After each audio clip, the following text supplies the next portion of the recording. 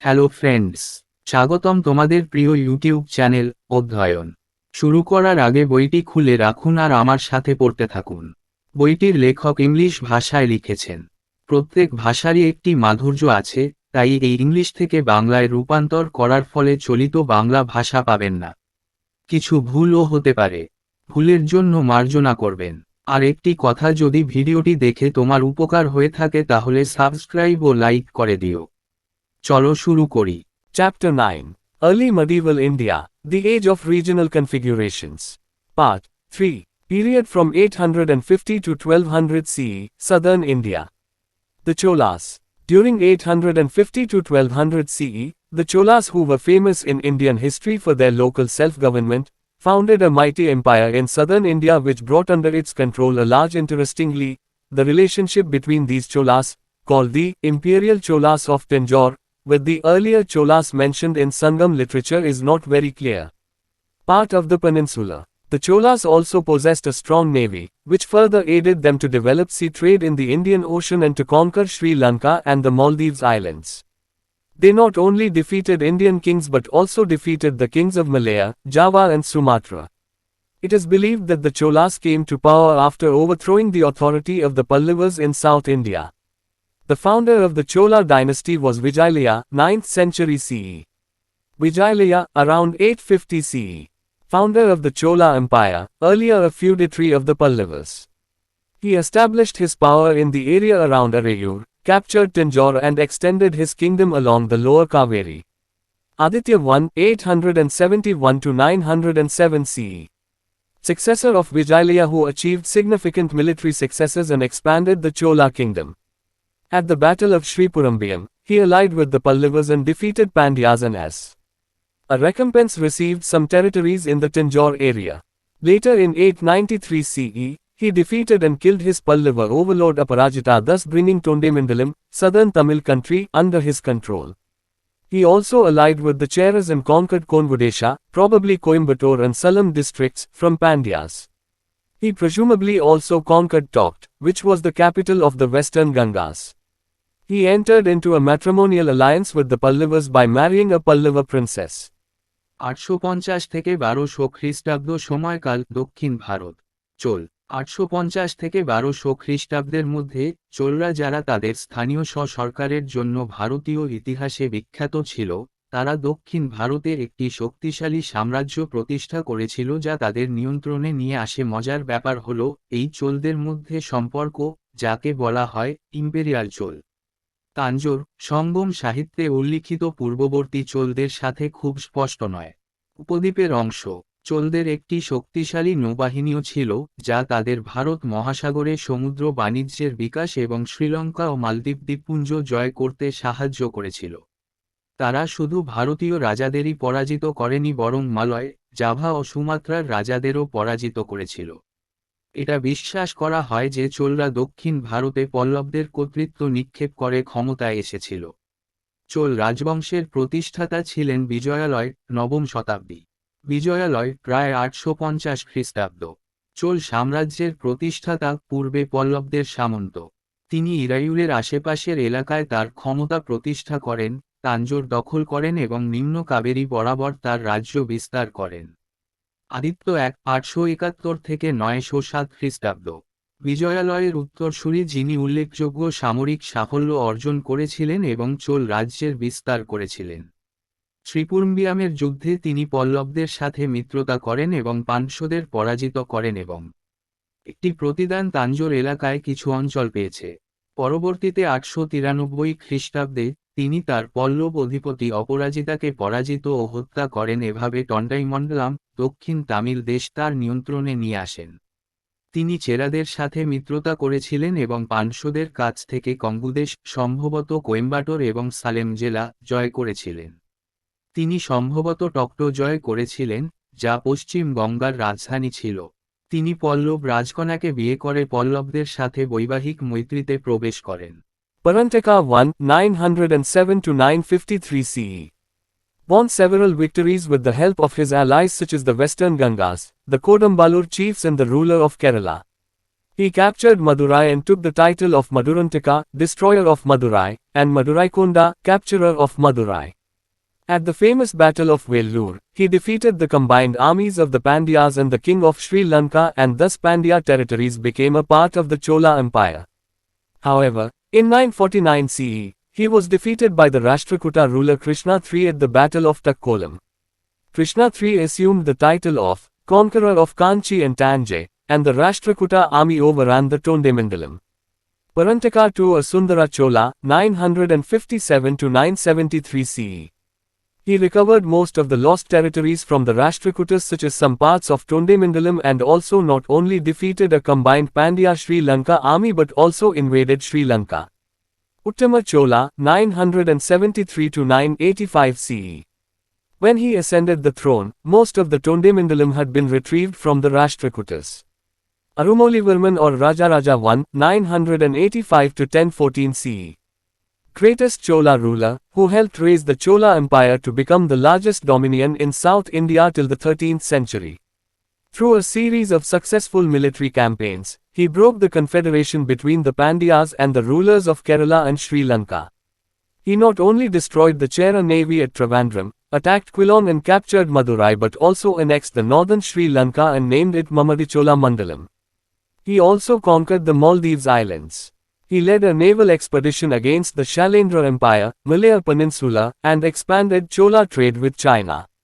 He also achieved victories against the Western Chalukyas, the Rashtrakutas, later Chalukyas, who had their capital at Kalyani, and annexed the northwestern parts of the Ganga region in northwest Karnataka, and also overran Vengi.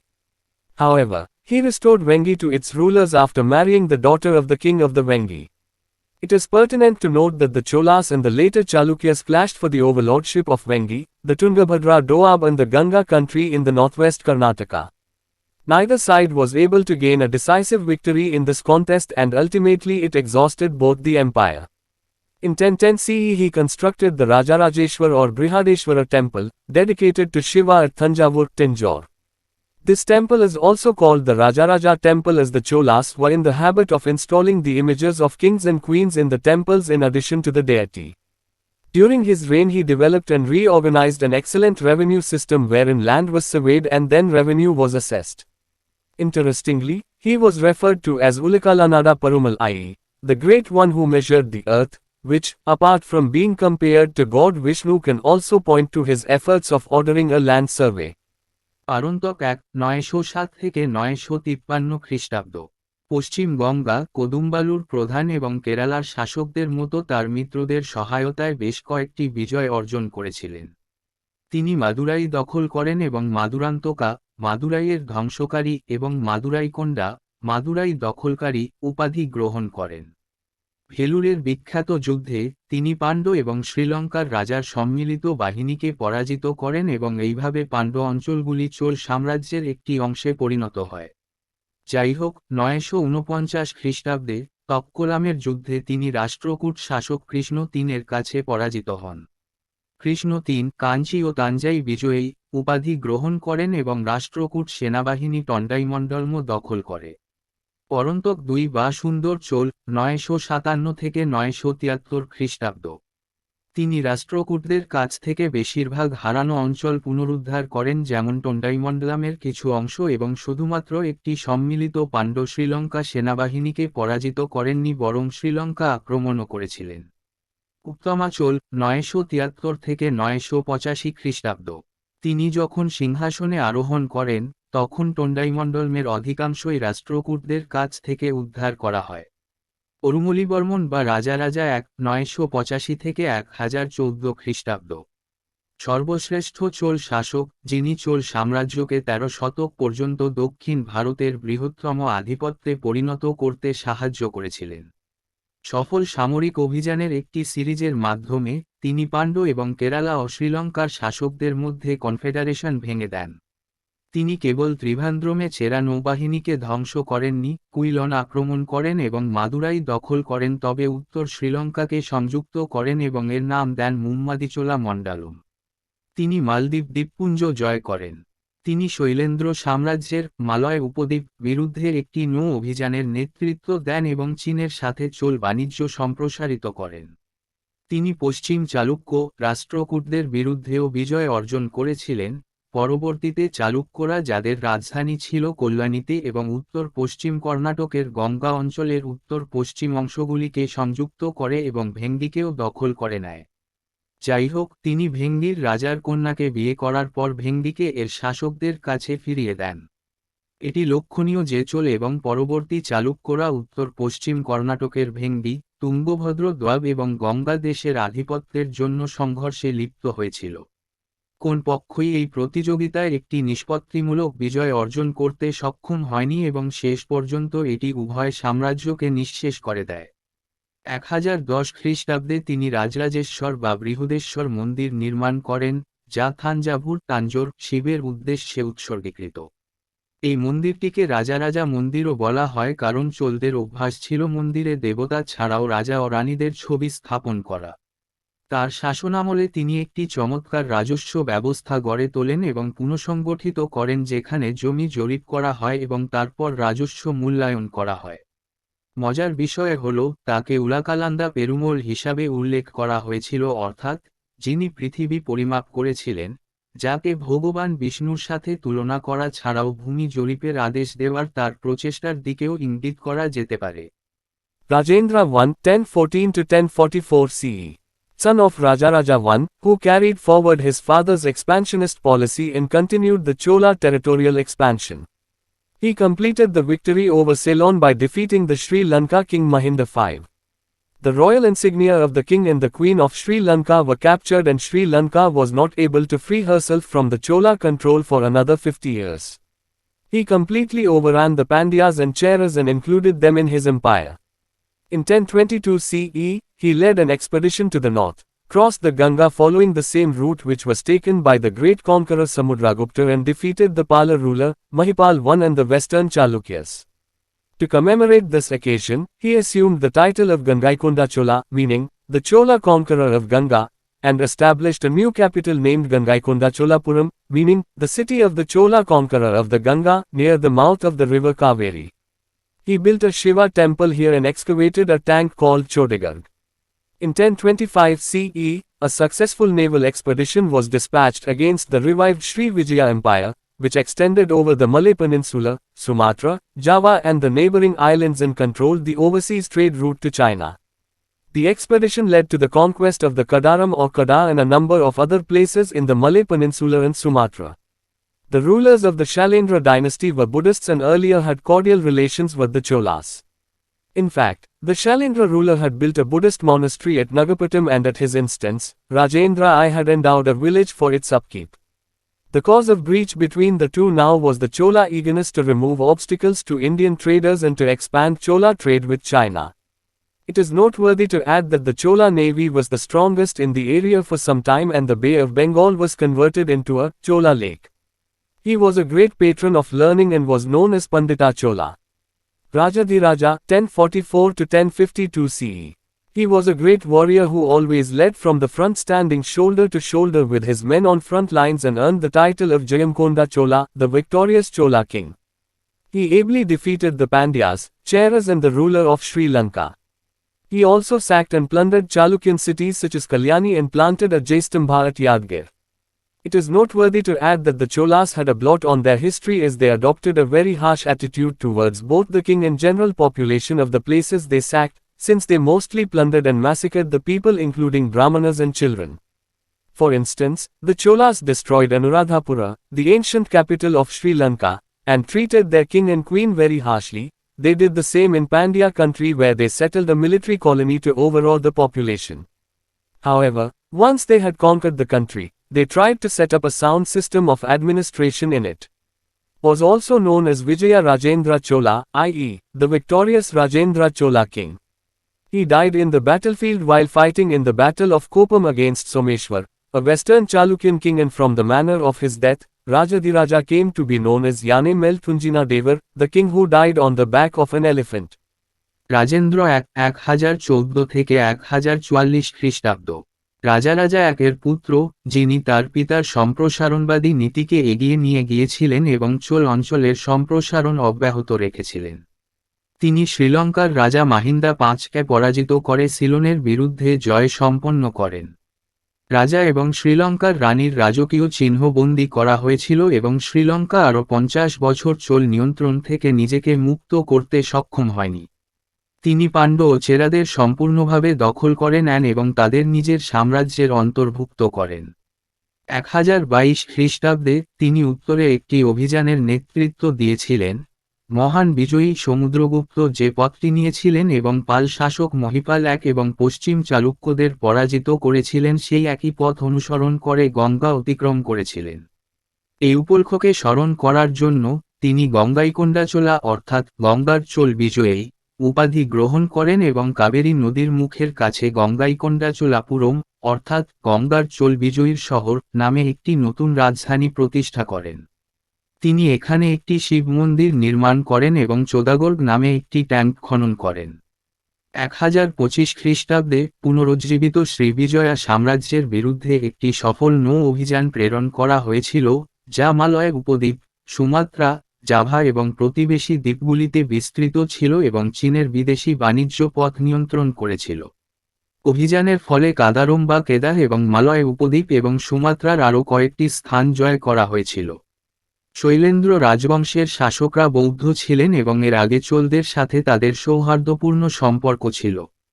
প্রকৃতপক্ষে শৈলেন্দ্র শাসক নাগাপ্টামে একটি বৌদ্ধ বিহার তৈরি করেছিলেন এবং তার নির্দেশে রাজেন্দ্র প্রথম একটি গ্রামের রক্ষণাবেক্ষণের জন্য দিয়েছিলেন। এখন উভয়ের মধ্যে লঙ্ঘনের কারণ ছিল ভারতীয় ব্যবসায়ীদের প্রতিবন্ধকতা দূর করতে এবং চীনের সাথে চোল বাণিজ্য সম্প্রসারণের জন্য চোলের আগ্রহ। এটি উল্লেখযোগ্য যে চোল নৌবাহিনীর কিছু সময়ের জন্য এই অঞ্চলে সবচেয়ে শক্তিশালী ছিল এবং বঙ্গোপসাগর একটি চোলা হ্রদে রূপান্তরিত হয়েছিল। তিনি শিক্ষার একজন মহান পৃষ্ঠপোষক ছিলেন এবং পণ্ডিত চোল নামে পরিচিত ছিলেন। রাজাধিরাজা 1044 থেকে 1052 খ্রিস্টাব্দ।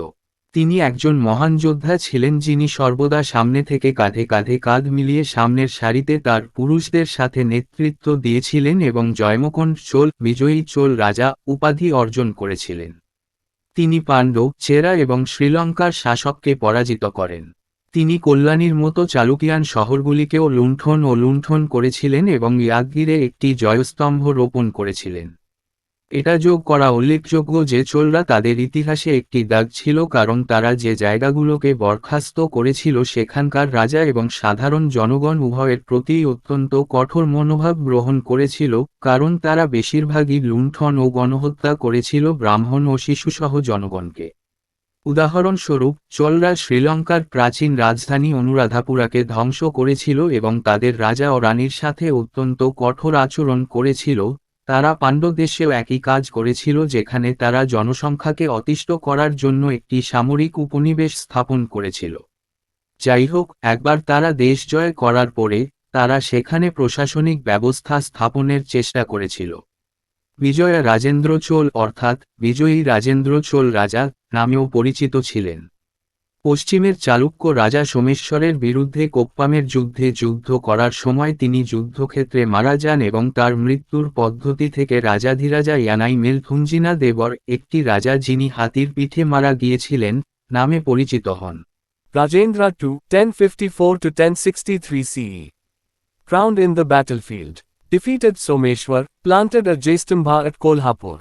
Veera Rajendra, 1063 to 1067 CE. Defeated Someshwar II and established a Vedic college of learning. Athirajendra, 1067 to 1070 CE.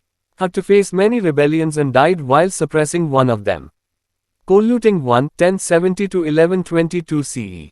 The last important Chola king who adopted the title of Shungam Tivirtha, abolisher of tolls. Under him the Chola Empire started disintegrating and shrunk to a much smaller area. In 1077 CE, a Chola embassy of 70 merchants were dispatched to China and they took tribute, articles taken for trade, such as glassware, camphor, brocades, rhinoceros horns and ivory. The kingdom also had flourishing trade with the kingdom of Sri Vijaya. He is credited with uniting the eastern Chalukyas of Vengi with the Cholas. It is presumed that he discarded wars and worked for peace as his reign was comparatively peaceful, and it was only during the second half of his reign the kingdom faced hostility from the Chalukyas and Hoysalas. The classic writer Kamban, who wrote Ramayana in Tamil, was at his court. The later rulers such as Kulotunga II, Rajaraja II and Kulotunga III tried to maintain the Chola Empire, but the Chola power gradually declined and the dynasty came to an end in the 13th century.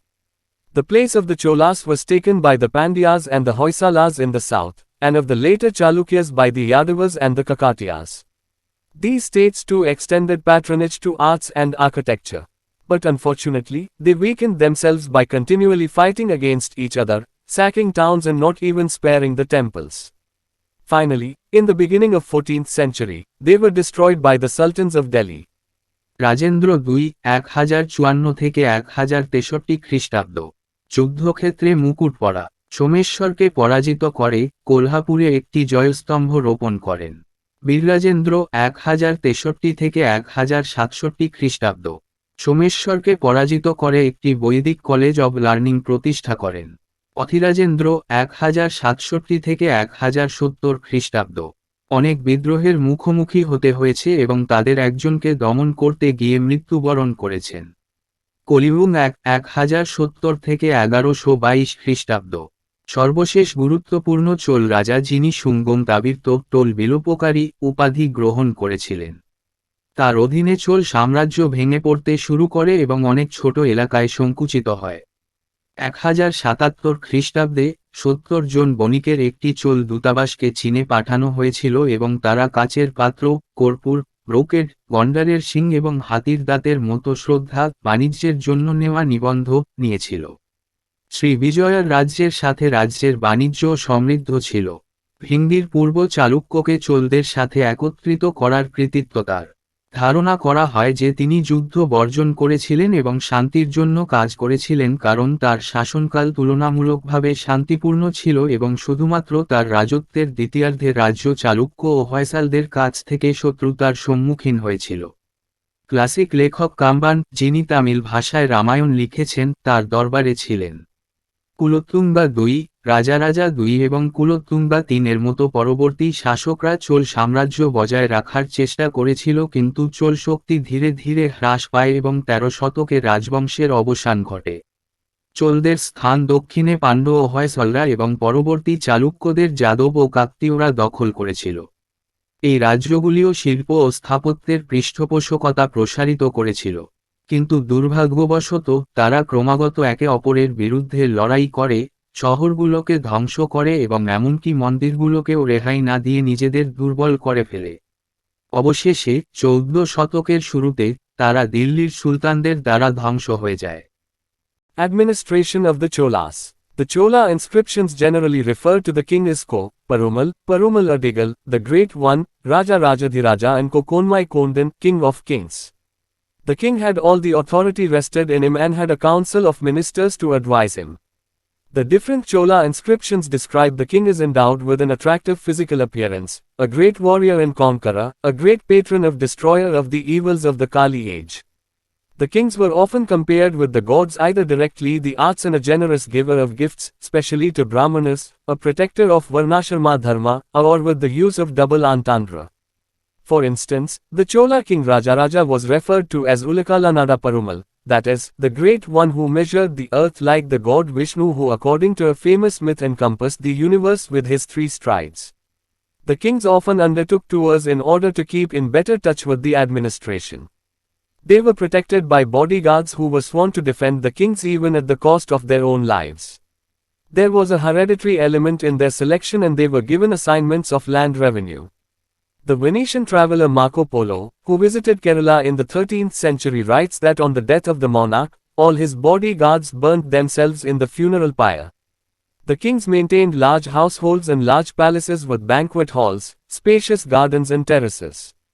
The large number of terms for officers and officials in the Chola inscriptions as compared to those of the Pallavas, Pandyas and Cheras suggest an expansion of the administrative structure especially from the reign of Rajaraja I, early 11th century, and a decline after the reign of Kulothunga I, at which point the centralized bureaucracy declined and there was a gradual increase in the power of local chieftains.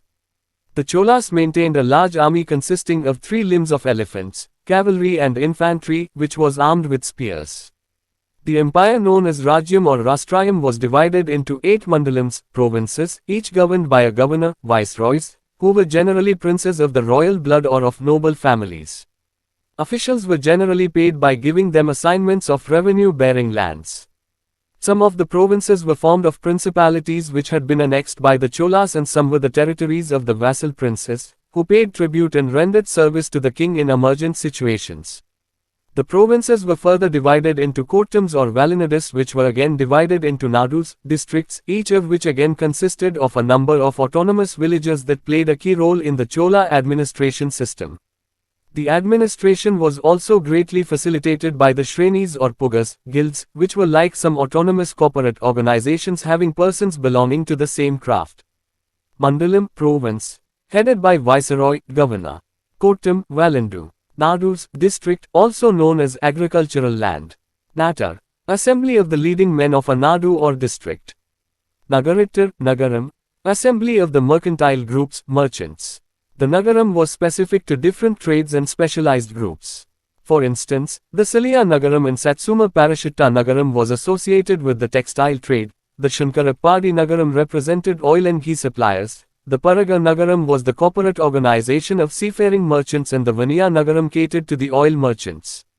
These corporate organizations were also referred to as Same, that is, created through an agreement or contract, and interestingly the members of Same were governed by a code of conduct called Bananju Dharma. One of the powerful guilds which was also among the largest supra-regional merchants association was the Ayavol, the 500, which was established in the Aihole, Karnataka. Similarly, Manigramam was another prominent guild of the 13th century located in the Tamil country and was subordinated to the Ayavol. Trading caravans used to move with armed protection, and these guilds jointly fixed cesses and tolls. In due course of time, the merchant guilds became more and more powerful and independent. As the Cholas declined, the guilds too subsequently became less dependent on royal support. চোলদের প্রশাসন। চোল শিলালিপিগুলি সাধারণত রাজাকে কো পেরুমল, পেরুমল আদিগাল, মহান, রাজা রাজাধিরাজা এবং কো কন্মাই কুন্দন, রাজাদের রাজা, বলে উল্লেখ করে।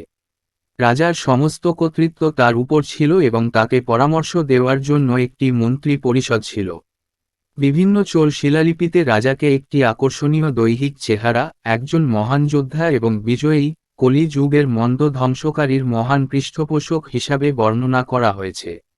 রাজাদের প্রায়শই দেবতাদের সাথে তুলনা করা হতো, হয় সরাসরি শিল্পকলা এবং উপহারের উদার দাতা, বিশেষ করে ব্রাহ্মণদের, বর্ণশর্মা ধর্মের রক্ষক, বা দ্বিগুণ ব্যবহার করার সাথে। উদাহরণস্বরূপ, চোল রাজা রাজারাজকে উলাকালান্দা পেরুমল নামে অভিহিত করা হয়, অর্থাৎ মহান ব্যক্তি যিনি ঈশ্বর বিষ্ণুর মতো পৃথিবীকে পরিমাপ করেছিলেন, যিনি একটি বিখ্যাত পৌরাণিক কাহিনী অনুসারে তার 3টি পদক্ষেপে মহাবিশ্বকে বেষ্টন করেছিলেন। প্রশাসনের সাথে আরও ভালো যোগাযোগ রাখার জন্য রাজারা প্রায়ই সফর করতেন।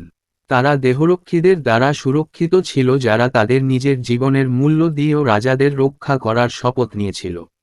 তাদের নির্বাচনে একটি বংশগত উপাদান ছিল এবং তাদের ভূমি রাজস্বের দায়িত্ব দেওয়া হয়েছিল। 13 শতকে কেরালা পরিদর্শনকারী ভেনিসীয় পর্যটক মার্কো পোলো লিখেছেন যে রাজার মৃত্যুতে তার সমস্ত দেহরক্ষীরা অন্ত্যেষ্টিক্রিয়ার চিতায় নিজেদের পুড়িয়ে ফেলেছিল। রাজারা ভোজসভা, প্রশস্ত বাগান এবং সোপান সহ বৃহৎ পরিবার এবং বড় প্রাসাদ রক্ষণাবেক্ষণ করতেন।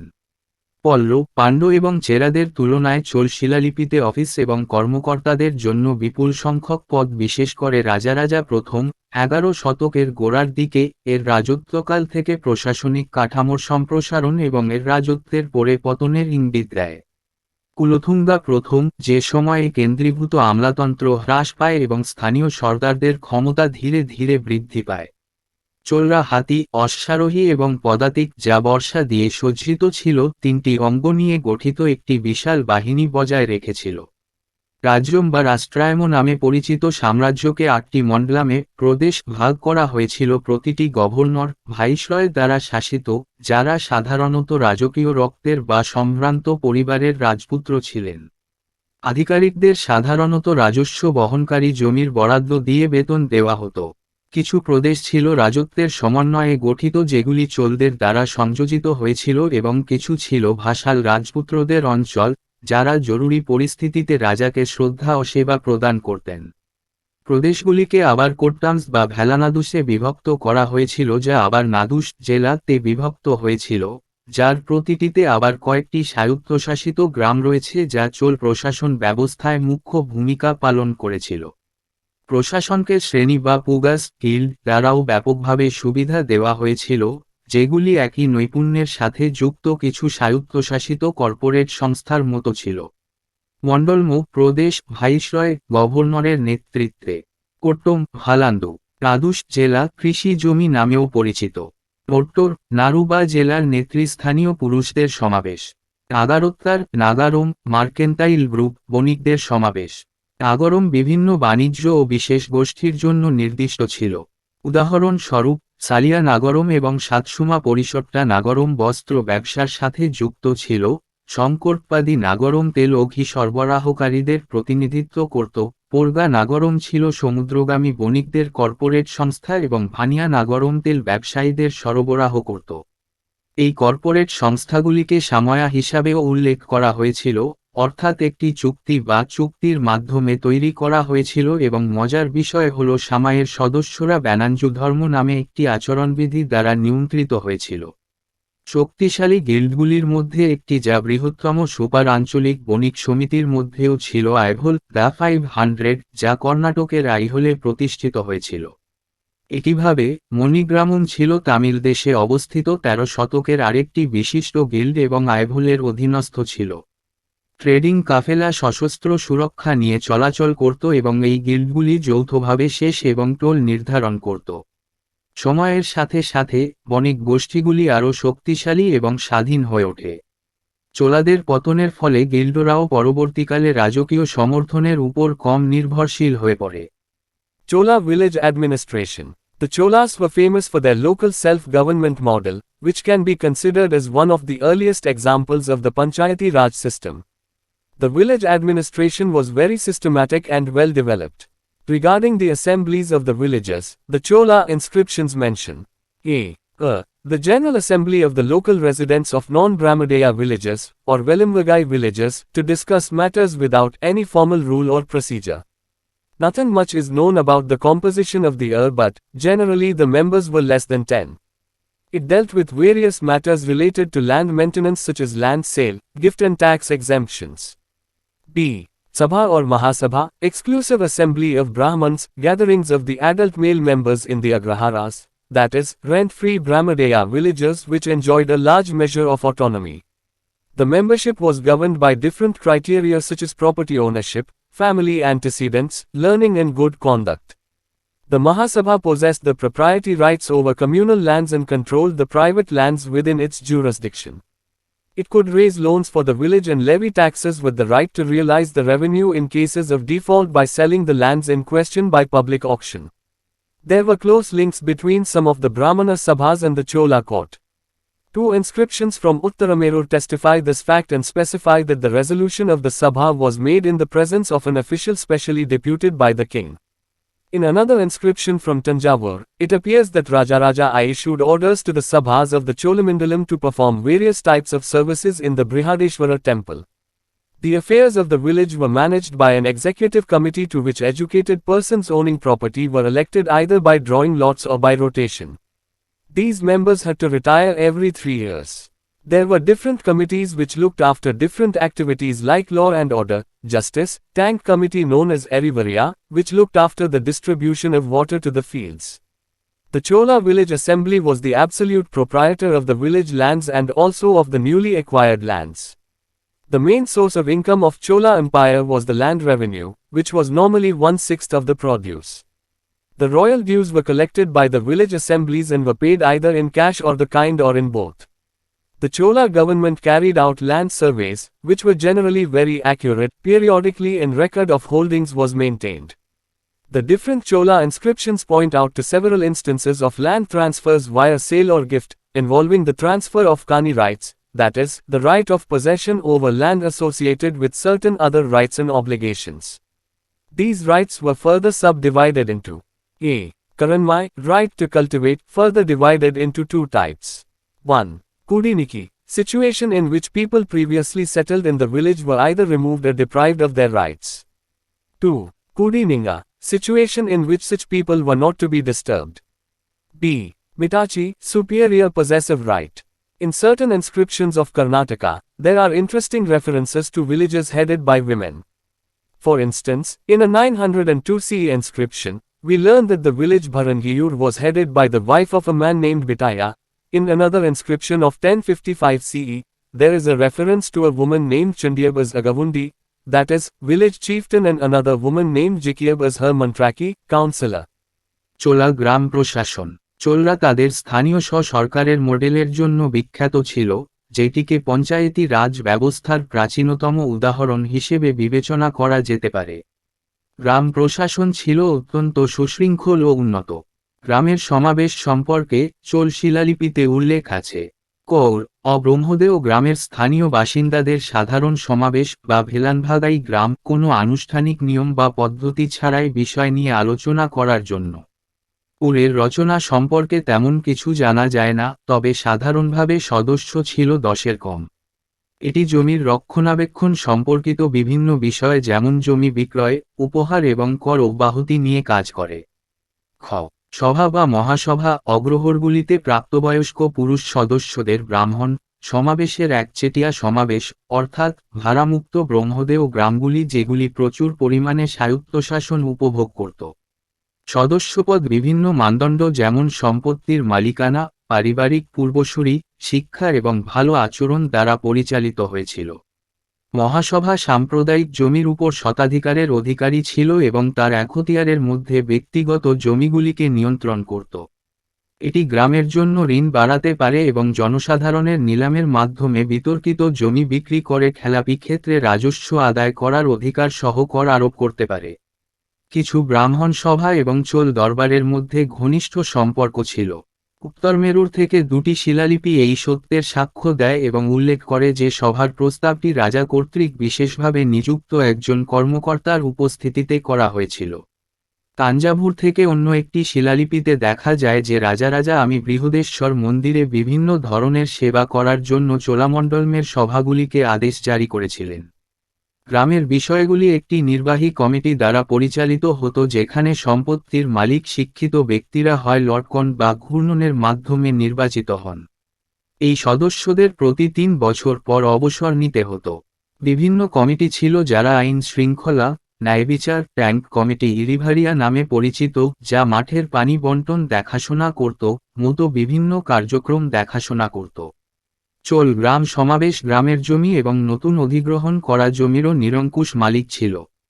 চোল সাম্রাজ্যের আয়ের প্রধান উৎস ছিল ভূমি রাজস্ব, যা সাধারণত উৎপাদনের 1/6 ভাগ ছিল। রাজকীয় প্রাপ্য গ্রামীণ সমাবেশগুলি সংগ্রহ করত এবং নগদ বা প্রকার বা উভয়ভাবেই প্রদান করা হতো। চোল সরকার পর্যায়ক্রমে ভূমি জরিপ, যা সাধারণত খুব নির্ভুল ছিল, পরিচালনা করত এবং জমির রেকর্ড রক্ষণাবেক্ষণ করত। বিভিন্ন চোল শিলালিপিগুলি বিক্রয় বা উপহারের মাধ্যমে জমি হস্তান্তরের বেশ কয়েকটি উদাহরণ নির্দেশ করে, যার মধ্যে কানি অধিকার হস্তান্তর, অর্থাৎ কিছু অন্যান্য অধিকার এবং বাধ্যবাধকতার সাথে সম্পর্কিত জমির উপর দখলের অধিকার। এই অধিকারগুলি আরও বিভক্ত ছিল। করণমাই চাষ করার অধিকার আরও 2 প্রকারে বিভক্ত।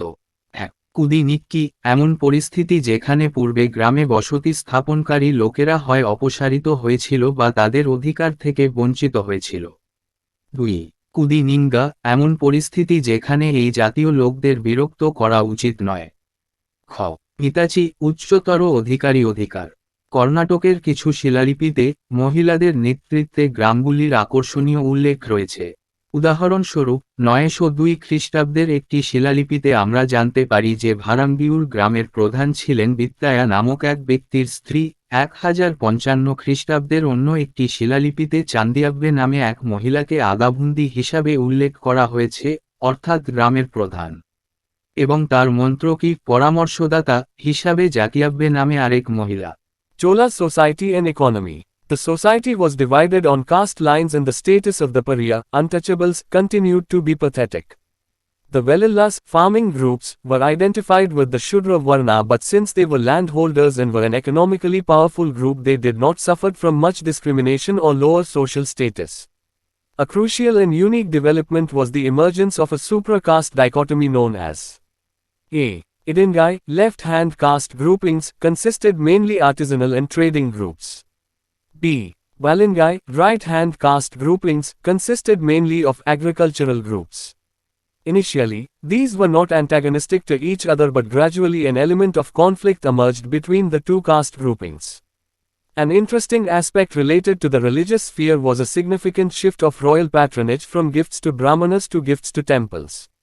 Apart from the king, members of the royal family, rich merchants too contributed generously to the temples.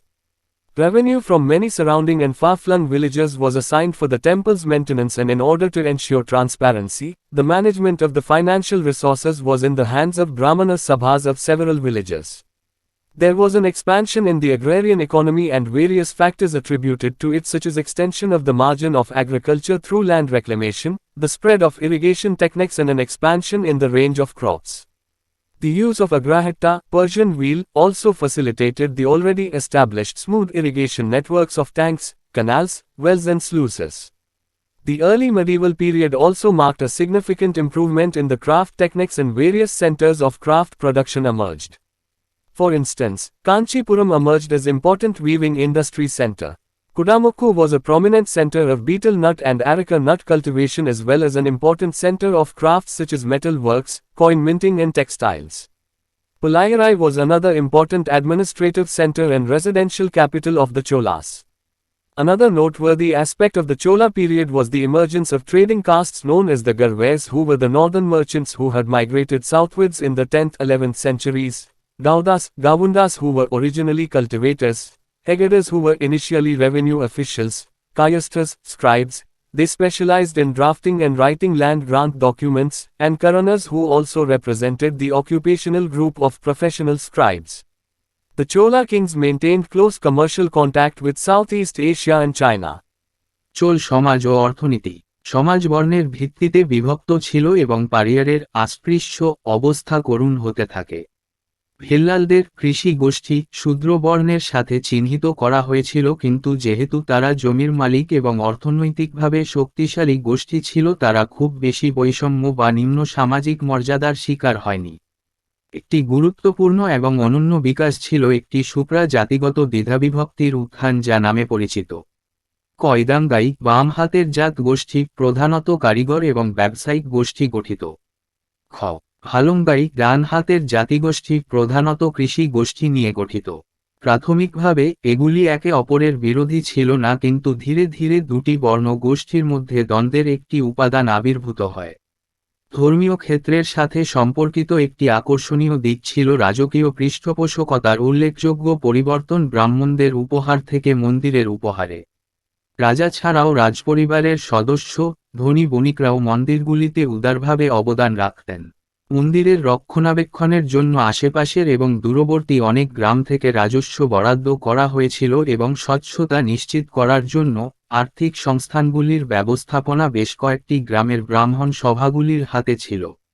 কৃষি অর্থনীতির একটি সম্প্রসারণ ঘটেছিল এবং এর জন্য দায়ী বিভিন্ন কারণ, যেমন ভূমি পুনরুদ্ধারের মাধ্যমে কৃষির মার্জিন সম্প্রসারণ, সেচ কৌশলের প্রসার এবং ফসলের পরিসরে সম্প্রসারণ।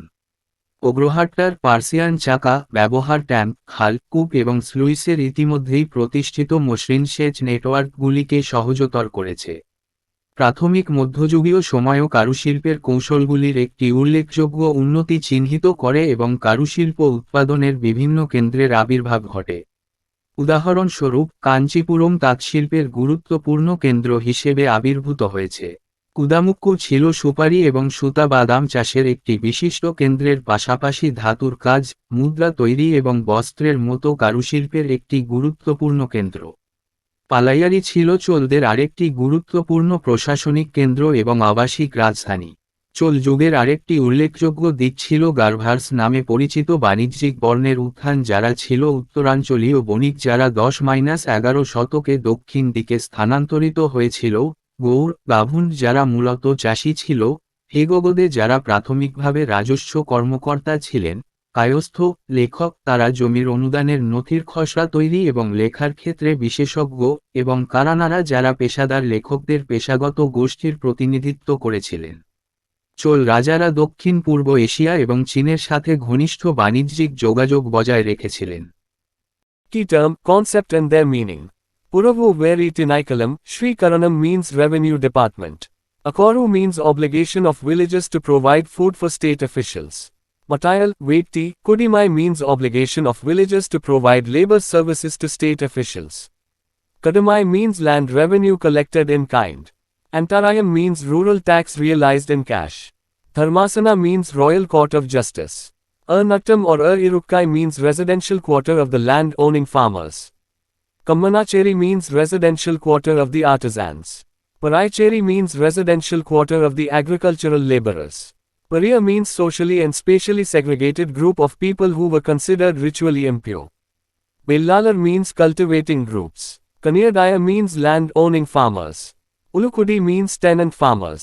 Perudan means highest officials. Chirutaram means lower officials. Kasu means gold coins. Gaudas means cultivators. Netal means compulsory labor. Nagarams means market and commercial centers.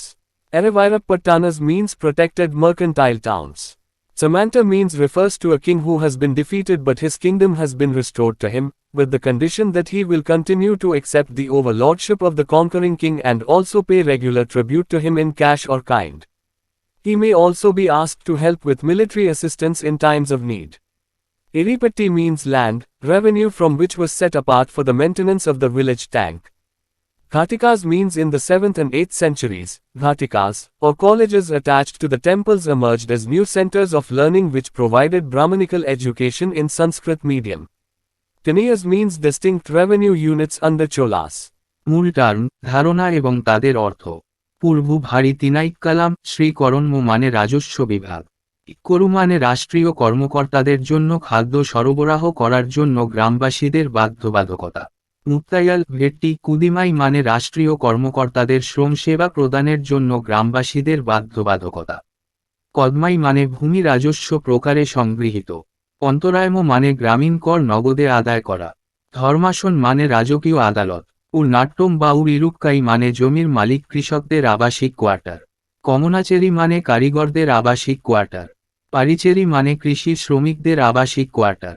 পারিয়ার মানে সামাজিক এবং স্থানিকভাবে বিচ্ছিন্ন লোকদের একটি দল যারা আচারগতভাবে অপবিত্র বলে বিবেচিত হতো। ভেল্লালার মানে গোষ্ঠী চাষ করা।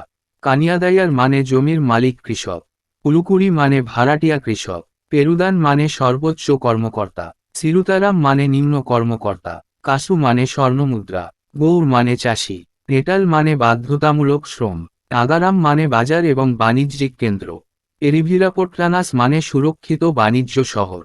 সামন্ত বলতে এমন একজন রাজাকে বোঝায় যিনি পরাজিত হয়েছিলেন কিন্তু তার রাজ্য তার কাছে পুনরুদ্ধার করা হয়েছে, এই শর্তে যে তিনি বিজয়ী রাজার অধিপতিত্ব গ্রহণ করতে থাকবেন এবং নগদ বা প্রকারে তাকে নিয়মিত শ্রদ্ধাও প্রদান করবেন। প্রয়োজনের সময় তাকে সামরিক সহায়তার জন্য বলা যেতে পারে। এরিপট্টি অর্থ জমি, যেখান থেকে রাজস্ব গ্রামের ট্যাঙ্কের রক্ষণাবেক্ষণের জন্য আলাদা করা হয়েছিল। ঘটিকাস মানে সপ্তম এবং অষ্টম শতাব্দীতে ঘটিকা বা মন্দিরগুলির সাথে সংযুক্ত কলেজগুলি শিক্ষার নতুন কেন্দ্র হিসাবে আবির্ভূত হয়েছিল যা সংস্কৃত মাধ্যমে ব্রাহ্মণ্য শিক্ষা প্রদান করেছিল। তানিউর মানে চোলদের অধীনে স্বতন্ত্র রাজস্ব unit. Chola art and literature. The temple architecture in the south reached its climax under the Cholas. The Dravida style of temple architecture came into vogue which laid the emphasis on the building of story upon story above the chief deity room, Garbhagriha. The temple had a pillared hall called mandapa with elaborately carved pillars and flat roof which was mostly used as an audience hall and a place for other activities such as ceremonial dances by devadasis. The temple, apart from serving as place of worship, also functioned as the hub of social and cultural life. The temple had lofty and elaborate gates called gopurams. A fine example of Dravida-style architecture is the 8th century temple of Kailasnatha at Kanchipuram. Similarly, the Brihadeshwara temple at Tanjore is another fine specimen of Dravida style. It is pertinent to note that after the fall of Cholas, temple building activity continued under the Chalukyas of Kalyani and the Hoysalas. The district of Dharwad and the Hoysala capital had large number of temples such as the magnificent temple of Hoysalsvara, which is a fine example of Chalukyan style. In case of the Chalukyan style, that is, the Veshoro style, which represents a mixed style of Nagara and Dravida, apart from the images of gods and their attendants Yaks and Yaskaini, the temples contained finely sculptured panels depicting panorama of life such as scenes of dance, music, love and war. These were mostly built under the patronage of the Chalukyas and are found at Patarakal near Badami, Karnataka. The art of sculpture attained high standard during this period as evident in the giant statue of Gomeshwar at Shravan Belgola. The Chola period is noted for the aesthetic and technical finesse of its metal sculpture. The dancing figure of Shiva called the Nataraja belongs to this period and is considered to be a bronze masterpiece. There was also growth in literature of general parlance languages along with Sanskrit during this period. A number of Alvars, devotees of Vishnu, and Nayanars, devotees of Shiva, flourished in the Tamilakam between the 6th and 9th centuries who composed a lot in Tamil and other regional languages. The writings of these saints have been collected into 11 volumes under the name Dairamare in the early 12th century and were considered to be so sacred that they were deemed the fifth Veda. Kamban's Ramayana is another classic gem of this period. Along with Tamil, a vast body of literature was also composed in Kannada with the aid of the patronage of the Rashtrakutas, Chalukyas and the Hoysalas. The famous Rashtrakuta king Amoghabharsha wrote a book on poetics in Kannada. The famous Trinity of Pampa, who composed Vikramarjuna Vijay, popularly known as Pampa Bharat, Ponna and Ranna, were the three most prized jewels of Kannada property. Dahiya, who lived at the court of a Chalukyan king, started the Telugu version of the Mahabharata, which was completed in the 13th century by Taik Kanna. However, among the elites as a language of learning, Sanskrit still retained a position of importance. The important works composed in Sanskrit around this period were a. The Kathasarita Sagaro, which was a collection of stories. B. The Rajtaranjini, a vivid account of the kings of Kashmir composed by Kalhana, and C. The Gita Govinda, a piece of devotional literature composed on the theme of love between Radha and Krishna, by Jayadeva in Bengal under the Pala kings. Chola শিল্প ও সাহিত্য। দক্ষিণের মন্দির স্থাপত্য চোলদের অধীনে চূড়ান্ত পর্যায়ে পৌঁছেছিল। মন্দির স্থাপত্যের দ্রাবিড় শৈলীটি প্রচলিত হয়েছিল যা প্রধান দেবতা কক্ষের গর্ভগৃহ উপরে তলা ভবনের উপর জোর দেয়। মন্দিরে মণ্ডপ নামে একটি স্তম্ভযুক্ত হল ছিল যা বিস্তৃতভাবে খোদাই করা স্তম্ভ এবং সমতল ছাদ ছিল যা বেশিরভাগ দর্শক হল এবং দেবদাসীদের আনুষ্ঠানিক নৃত্যের মতো অন্যান্য ক্রিয়াকলাপের জায়গা হিসাবে ব্যবহৃত হতো। মন্দিরটি উপাসনার স্থান হিসেবে কাজ করার পাশাপাশি সামাজিক ও সাংস্কৃতিক জীবনের কেন্দ্র হিসেবেও কাজ করে। মন্দিরে গোপুরাম নামে সুউচ্চ ও বিস্তৃত দরজা ছিল। দ্রাবিড় শৈলীর স্থাপত্যের একটি চমৎকার উদাহরণ হল কাঞ্চিপুরমের কৈলাসনাথের 8ম শতাব্দীর মন্দির। একইভাবে তাঞ্জোরের বৃহদেশ্বর মন্দির দ্রাবিড় শৈলীর আরেকটি চমৎকার নমুনা। এটি লক্ষণীয় যে চোলদের পতনের পরে কল্যাণীর চালুক্য এবং হয়সালদের অধীনে মন্দির নির্মাণ কার্যক্রম অব্যাহত ছিল। ধারওয়াড় জেলা এবং হয়সালা রাজধানীতে প্রচুর সংখ্যক মন্দির ছিল, যেমন হয়সালেশ্বরের মহৎ মন্দির যা চালুক্য শৈলীর একটি চমৎকার উদাহরণ। চালুক্য শৈলীর ক্ষেত্রে অর্থাৎ ভেসার শৈলী, যা নাগারা এবং দ্রাবিড়ের মিশ্র শৈলীর প্রতিনিধিত্ব করে, দেবতা এবং তাদের পরিচারক যক্ষ ও ইয়াসখিনীর ছবি ছাড়াও মন্দিরগুলিতে জীবনের প্যানোরামাকে চিত্রিত করা সূক্ষ্ম ভাস্কর্য প্যানেল রয়েছে, যেমন নাচ, গান, প্রেম এবং যুদ্ধের দৃশ্য। এগুলি বেশিরভাগ চালুক্যদের পৃষ্ঠপোষকতায় নির্মিত হয়েছিল এবং বাদামির কর্ণাটক কাছে পাট্টডাকোলে পাওয়া যায়। শ্রাবণ বেলগোলায় গোমতেশ্বরের দৈত্যাকার মূর্তি থেকে এই সময়ের মধ্যে ভাস্কর্য শিল্প উচ্চ মান অর্জন করেছিল। চোল যুগের ধাতব ভাস্কর্যের নান্দনিক ও প্রযুক্তিগত সূক্ষ্মতার জন্য সুপরিচিত। নটরাজ নামক শিবের নৃত্য চিত্রটি এই সময়ের অন্তর্গত এবং এটি একটি ব্রোঞ্জ মাস্টারপিস হিসাবে বিবেচিত হয়। এই সময়কালে সংস্কৃতের পাশাপাশি সাধারণ ভাষাগুলির সাহিত্যেরও বৃদ্ধি ঘটেছিল। ষষ্ঠ থেকে নবম শতাব্দীর মধ্যে তামিলখামে বেশ কিছু আলভার, বিষ্ণুর ভক্ত এবং নয়নার, শিবের ভক্ত বিকাশ লাভ করেছিলেন যারা তামিল এবং অন্যান্য আঞ্চলিক ভাষায় প্রচুর রচনা করেছিলেন। এই সাধুদের লেখা 12 শতকের শুরুতে তিরুমুরিস নামে 11টি খণ্ডে সংগ্রহ করা হয়েছে এবং এতটাই পবিত্র বলে বিবেচিত হয়েছিল যে তাদের পঞ্চম বেদ হিসাবে গণ্য করা হয়েছিল। কাম্বানের রামায়ণ এই সময়ের আরেকটি ক্লাসিক রত্ন। তামিলের পাশাপাশি রাষ্ট্রকূট, চালুক্য এবং হয়সালদের পৃষ্ঠপোষকতায় কন্নড় ভাষায় সাহিত্যের একটি বিশাল অংশও রচিত হয়েছিল। বিখ্যাত রাষ্ট্রকূট রাজা অমোঘবর্ষ কন্নড় ভাষায় কাব্যতত্ত্বের উপর একটি বই লিখেছিলেন। পম্পার বিখ্যাত ট্রিনিটি, যিনি বিক্রমার্জুন বিজয়া রচনা করেছিলেন, যা পম্পা ভারত নামে পরিচিত, পণ্যা এবং রান্না ছিল কন্নড় কবিতার 3টি সবচেয়ে দামি রত্ন।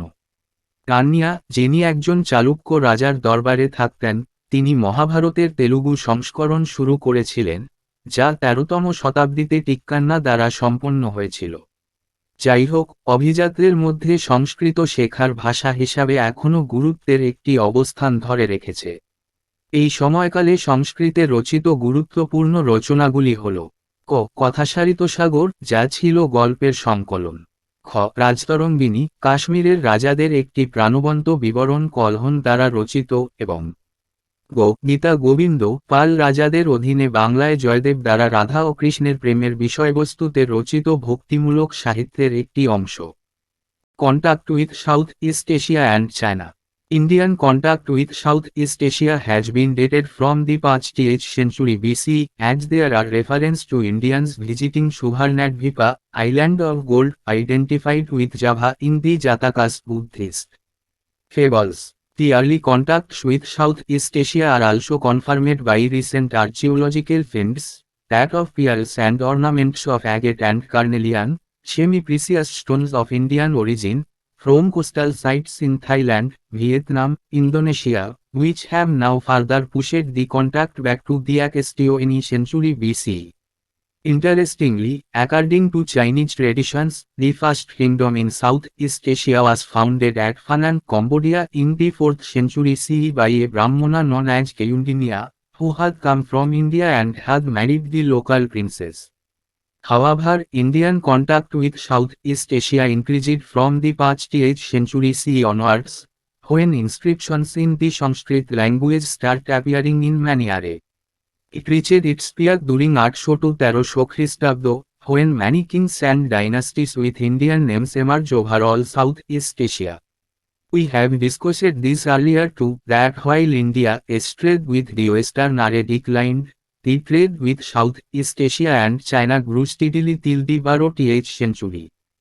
India, as contact with Southeast Asia was largely on account of trade and commerce, and the leadership in this trade was taken by the kingdoms in South India and Bengal, the chief port being Tamralipti. The growth of India as foreign trade in the area was based on a strong naval tradition, including shipbuilding, and a strong navy and the skill and enterprise of its traders.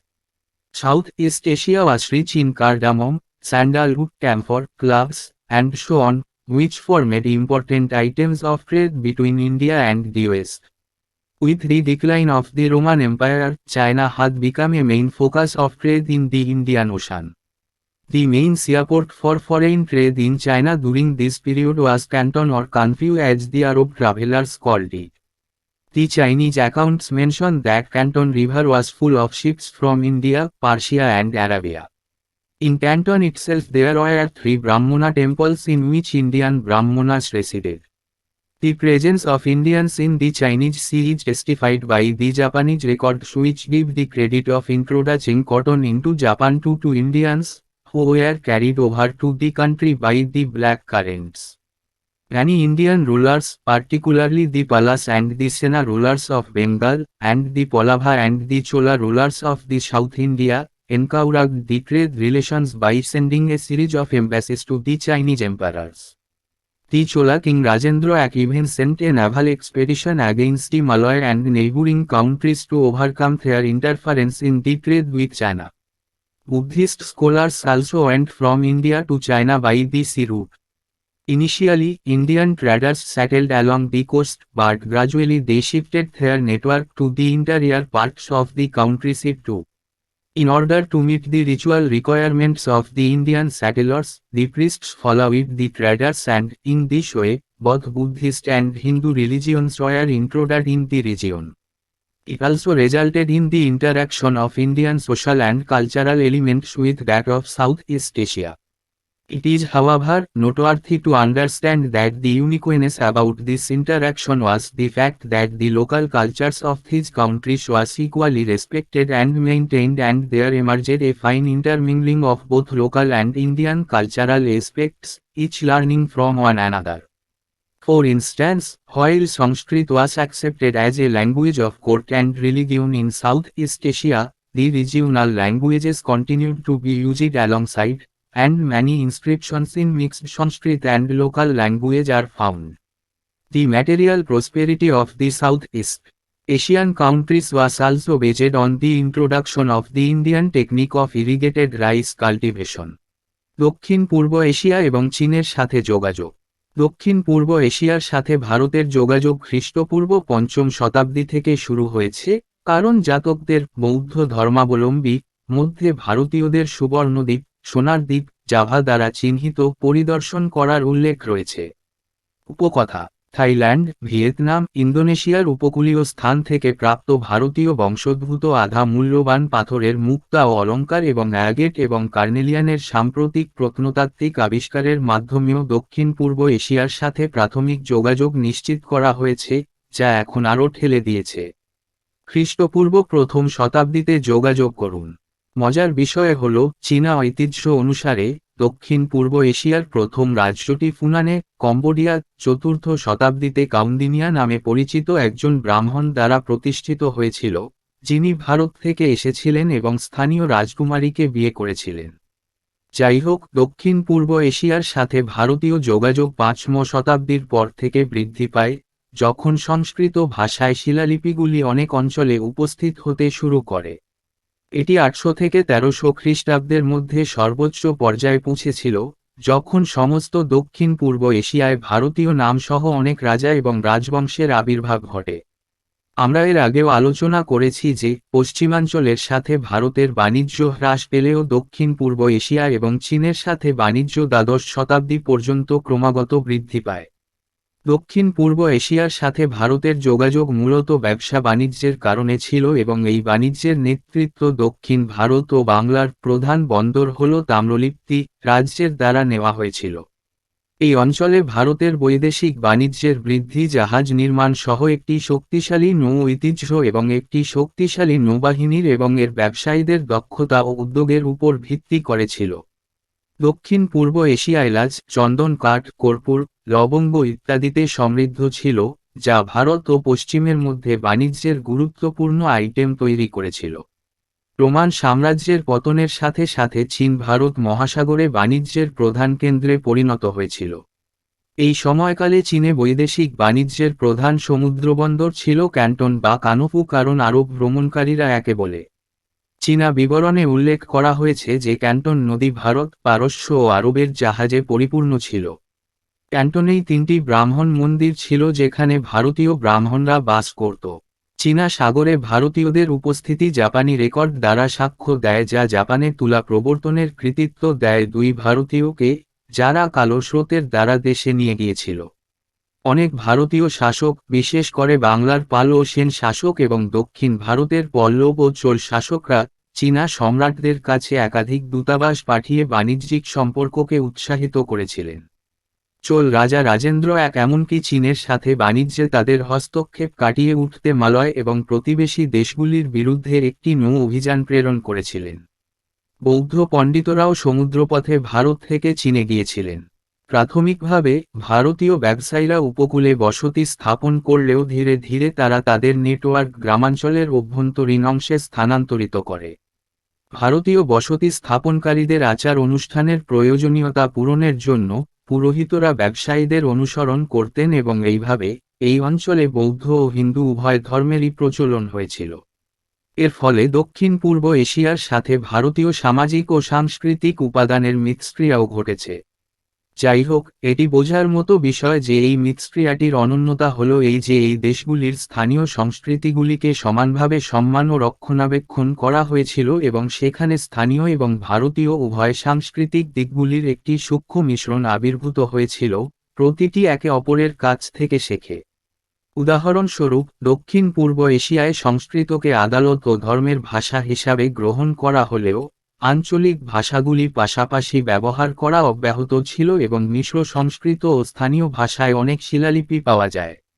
দক্ষিণ পূর্ব এশিয়ার দেশগুলির বৈষয়িক সমৃদ্ধিও সেচযুক্ত ধান চাষের ভারতীয় কৌশলের প্রবর্তনের উপর ভিত্তি করে। Shailendra empire and India connection.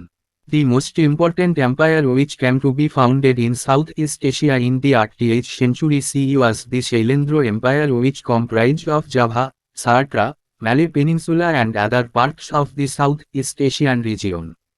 They were a leading naval power and on account of their geographical position controlled the trade between China and India as well as other countries in the West.